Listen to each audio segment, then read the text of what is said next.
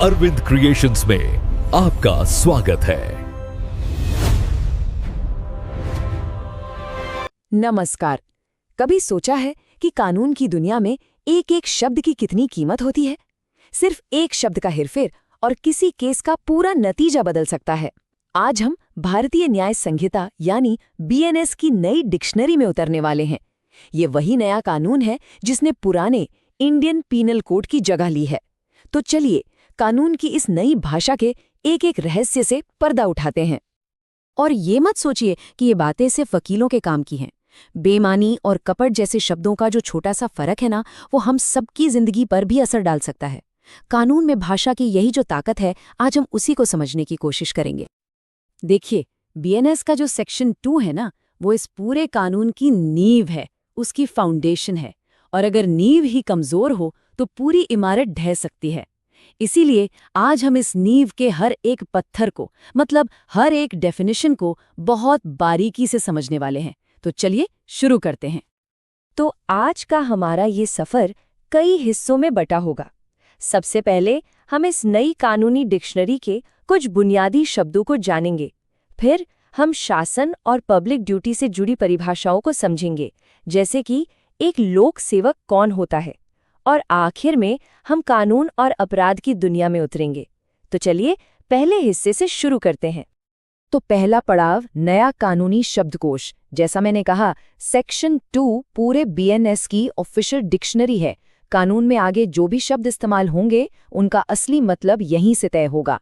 तो चलिए इस डिक्शनरी के पन्ने पलटना शुरू करते हैं।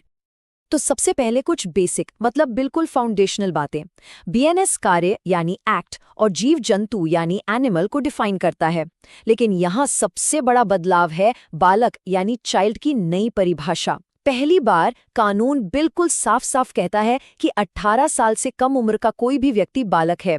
ये एक छोटा लेकिन बहुत ही जरूरी बदलाव है। अच्छा, अगला शब्द है कूटकरण, जिसे अंग्रेजी में काउंटरफीट कहते हैं। अब इसमें मजेदार बात यह है कि कानून ये नहीं देखता कि नकल कितनी अच्छी है, बल्कि ये देखता है कि बनाने वाले का इरादा क्या था। अगर इरादा धोखा देने का है तो वो चीज कूटकरण कहलाएगी, भले ही वो असली से हूबहू मिलती हो या न मिलती हो। सारा खेल इरादे का है। तो जैसा हम यहाँ देख सकते हैं, कई परिभाषाएं तो सीधे पुराने आईपीसी से ही ली गई हैं, बस उनकी जगह बदल गई है, जैसे कूटकरण और न्यायालय। इससे पता चलता है कि बीएनएस बिल्कुल एक नई शुरुआत नहीं, बल्कि पुराने कानून का एक एवोल्यूशन है। चलिए अब कुछ और जरूरी शब्दों को देखते हैं। अब आते हैं एक बहुत बहुत इंपॉर्टेंट शब्द पर, बेईमानी यानी डिसऑनेस्टी। कानून की नज़र में बेईमानी का मतलब सिर्फ झूठ बोलना नहीं होता। कोई भी काम बेईमानी तब माना जाएगा जब उसका मकसद किसी को गलत तरीके से फायदा यानी रॉन्गफुल गेन पहुंचाना हो, या किसी को गलत तरीके से नुकसान यानी रॉन्गफुल लॉस पहुंचाना हो। सारा खेल फायदे और नुकसान का है। अब आज के डिजिटल जमाने में डॉक्यूमेंट या दस्तावेज का मतलब क्या है? क्या सिर्फ कागज? नहीं, बीएनएस इसकी एक बहुत ही मॉडर्न परिभाषा देता है। आप सिर्फ कागज ही नहीं, बल्कि एक ईमेल, व्हाट्सएप चैट या कोई भी इलेक्ट्रॉनिक रिकॉर्ड एक कानूनी दस्तावेज माना जा सकता है। ये एक बहुत बड़ा कदम है जो कानून को आज की टेक्नोलॉजी के साथ जोड़ता है। तो फिर लीगली क्या-क्या चीजें डॉक्यूमेंट मानी जा सकती हैं? देखिए, लिस्ट काफी लंबी है। एक लिखा हुआ कॉन्ट्रैक्ट, बैंक का चेक, पावर ऑफ अटॉर्नी और यहाँ तक कि सबूत के तौर पर इस्तेमाल होने वाला कोई नक्शा भी, ये सब कानूनी तौर पर दस्तावेज हैं।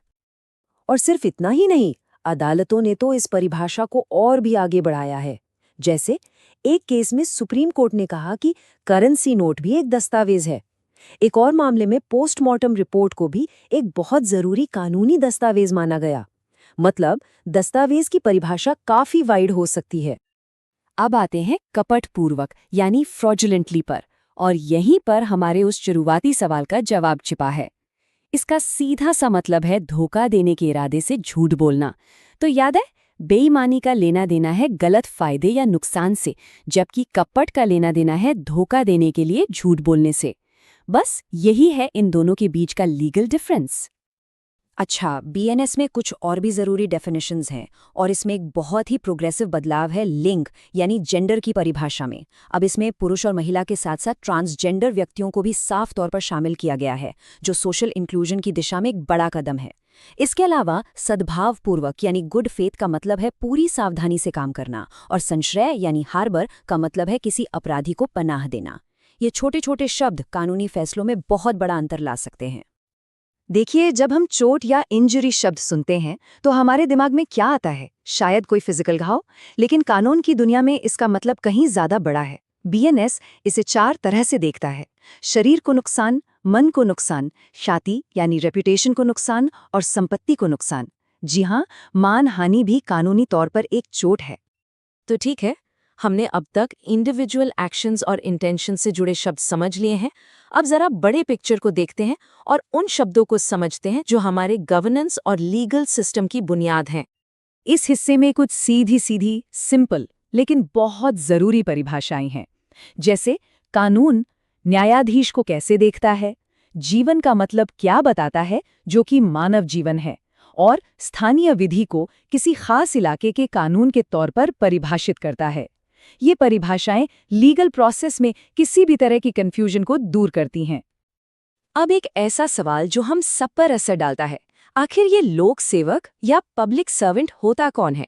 ये परिभाषा बहुत जरूरी है क्योंकि यही तय करती है कि भ्रष्टाचार विरोधी कानून जैसे स्पेशल लॉज किस पर लागू होंगे। तो चलिए देखते हैं इस पब्लिक सर्वेंट की लिस्ट में कौन कौन शामिल है। ये लिस्ट काफी लंबी है। इसमें सेना के कमीशन्ड ऑफिसर्स हैं, हर जज है, कोर्ट का हर अधिकारी है, यहाँ तक कि एक पंचायत सदस्य भी। और हाँ, अदालतों ने ये साफ किया है कि मुख्यमंत्री भी एक लोक सेवक ही हैं। लेकिन यहाँ एक बहुत इंटरेस्टिंग पॉइंट है। क्या आपको पता है कि लीगली एक एमएलए यानी मेंबर ऑफ लेजिस्लेटिव असेंबली एक लोक सेवक नहीं माना जाता?